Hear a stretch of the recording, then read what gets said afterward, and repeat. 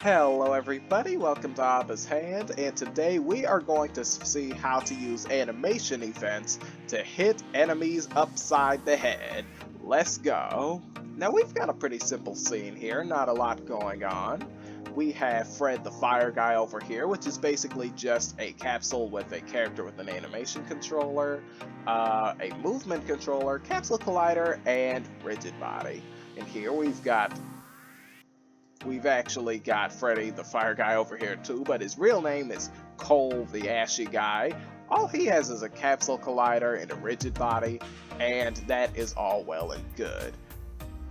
You see, you can rotate around when you move, and obviously you want to attack wherever the punch is going to be in front of you, or I guess whatever angle the attack is coming out from. So whatever part of your character is rotating, select them, go to 3D Object and select the sphere, and we're going to name it Attack Detection. We're going to just move it up and up in front of the player, and we're just going to make it red so that it's not quite as bold.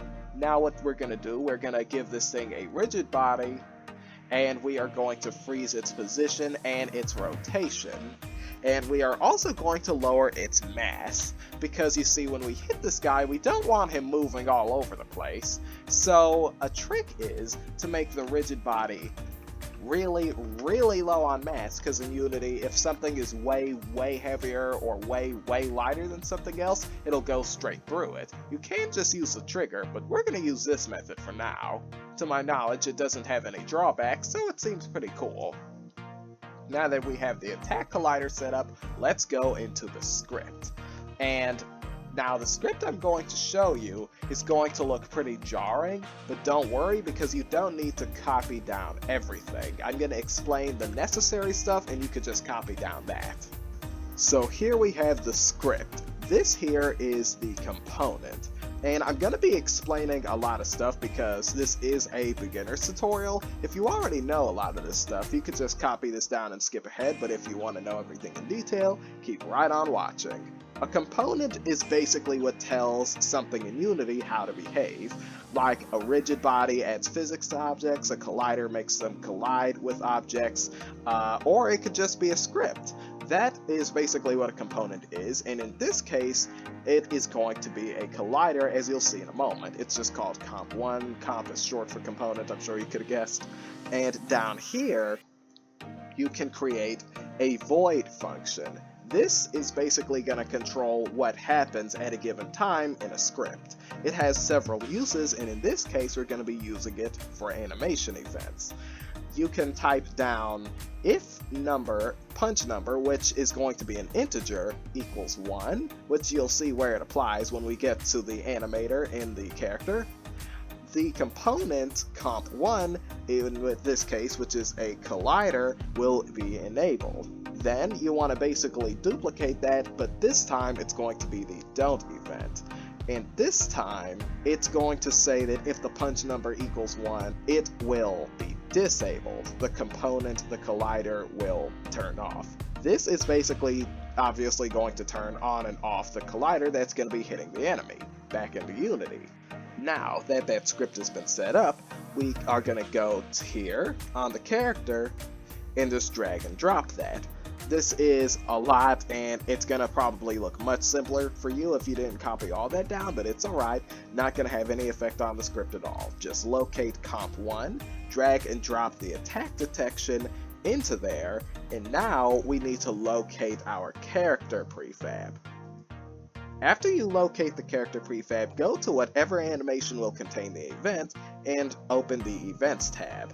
As you can see, we've got two literal tabs here, and all I basically did was, down here, I scrolled to the part of the animation that I wanted to activate, right when the fist should hit the enemy, and I just added an event by hitting this here button, and you can see the integer is 1. If you didn't add anything, it'll be 0, but just add 1, and here, just like what was in the script, collid event.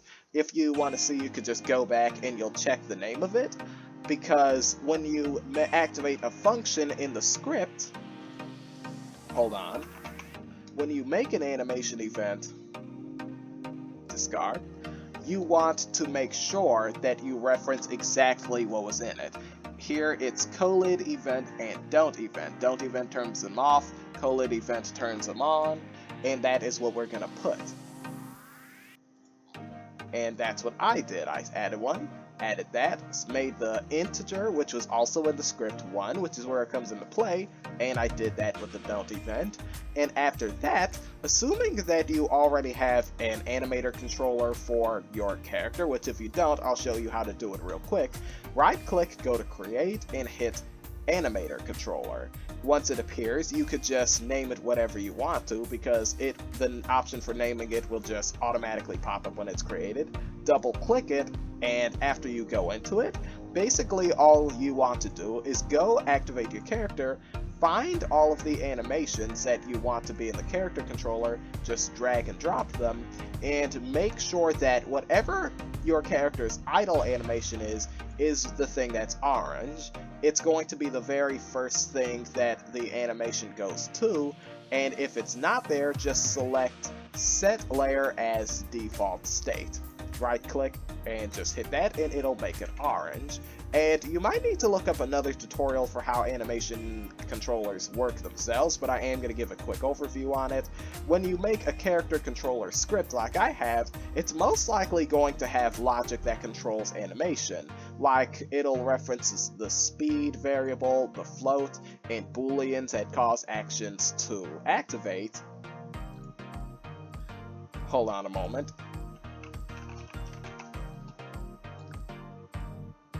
Like here. Oh, wait, that ain't it. Here it is. When you press the fire 1 button, which is basically the left mouse click, if input.get button down, fire 1, when it references the animator, which you should put up here in the script, public animator Animia, which I have another one for some odd reason. It could have any name as long as you reference it down here in the function. It'll reference the animator, it will activate the boolean, and here I have hammering, which again is tied to the left mouse button, fire 1. And for the moving, basically in the movement logic, it just basically has the movement logic, and below it, it is tied to a float, and an is grounded variable. After you set those up, what you can do is just rinse and repeat for the punch animation. Drag and drop the punch animation, and make sure that whatever logic that handles its activation in the script, like whatever boolean it is named, make sure that that is here. It has to be the exact name as is in the script, because if it's not, it won't work. I just made it go to here. It has no exit time, no fixed duration, and its transition duration is 0.01, because this, what it does is it basically determines how long it takes the base animation to transition to whatever animation it's going to. Not even the base animation. It controls the length that it takes any animation to switch from that one to another one. But if it's too high, it'll smooth the animation out so much that it'll barely happen, and it'll just look bad and possibly cause problems. And it will go here if the boolean hammering equals true, and it'll go back if hammering equals false, i.e. if I take my finger off the left mouse button. And here, I actually have the exit time set to 1, because that will cause it to go through the full animation before going back to idle, which is proper because you don't want the punch to stop halfway. So after you set that up, it actually is almost all you have to do. All you really need to do now is select whatever carries the script, and just make sure that comp 1 is assigned, and as a recap, here's everything we did. We added animation events to whatever attack we're going to be adding it to, making sure the correct names and int numbers are assigned.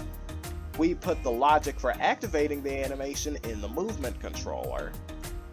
We assigned the script that controls the animation events and determines what it does, and we assigned the proper variable or game object.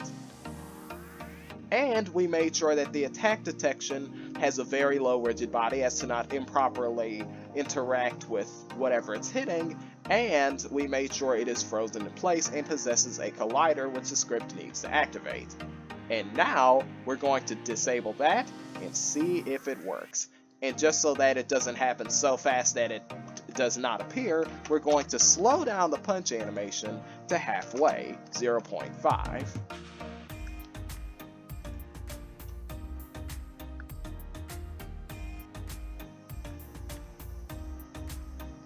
And now when we walk up to the enemy and we punch, wait, let's select this thing so we can actually see the collider activate.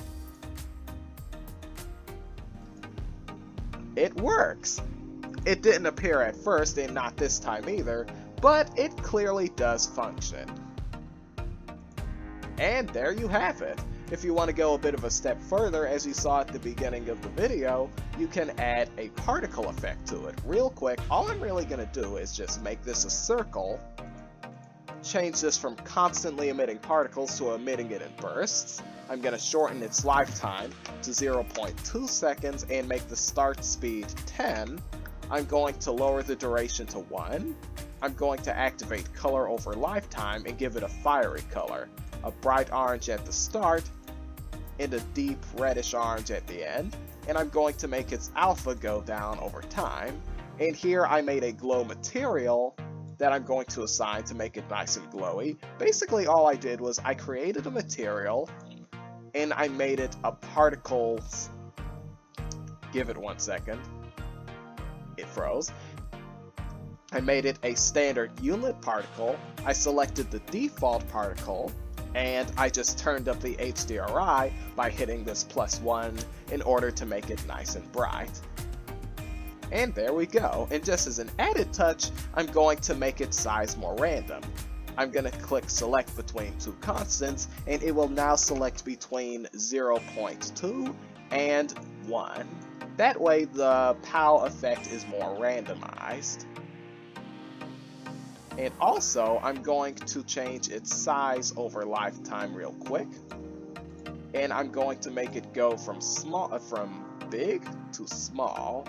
I'm just going to drag it down like that, even though I'm not going to drag it down completely, because that would defeat the purpose of making it fade out. And I'm just going to make the 1 into a 3. That way it has a nice burst. And I'm just going to lower this some more. And there we go. That should just give it a nice little bright burn at the very start. And now we are going to disable this thing's mesh renderer to make it invisible. And real quick, I just made a script that causes a particle system to activate whenever it hits something with the tag enemy, which is exactly what I'm going to do. I'm just going to select that and select enemy, and if you don't have it, just go to add tag, hit the plus, name it whatever you want and hit save. Oh shoot, I done deleted the tag. Well, you get to see it firsthand then. There we go. And here it is. If you want to see the script, here it is. I just added a public particle system called effect. I made a void on collision enter, and I made it so that if the other, whatever it's hitting, is tagged enemy, the effect will play. As simple as that. The rest of this is just extra logic that makes it blow away with an amount of force based on the radius. You can copy that down if you want to, but you don't really need to. We're just going to assign that script here. And going to drag and drop the particle system here. And now, when you, oops, don't mind that, just a bit of a camera glitch. Oh, and also you want to disable looping. That way it won't just be playing again and again.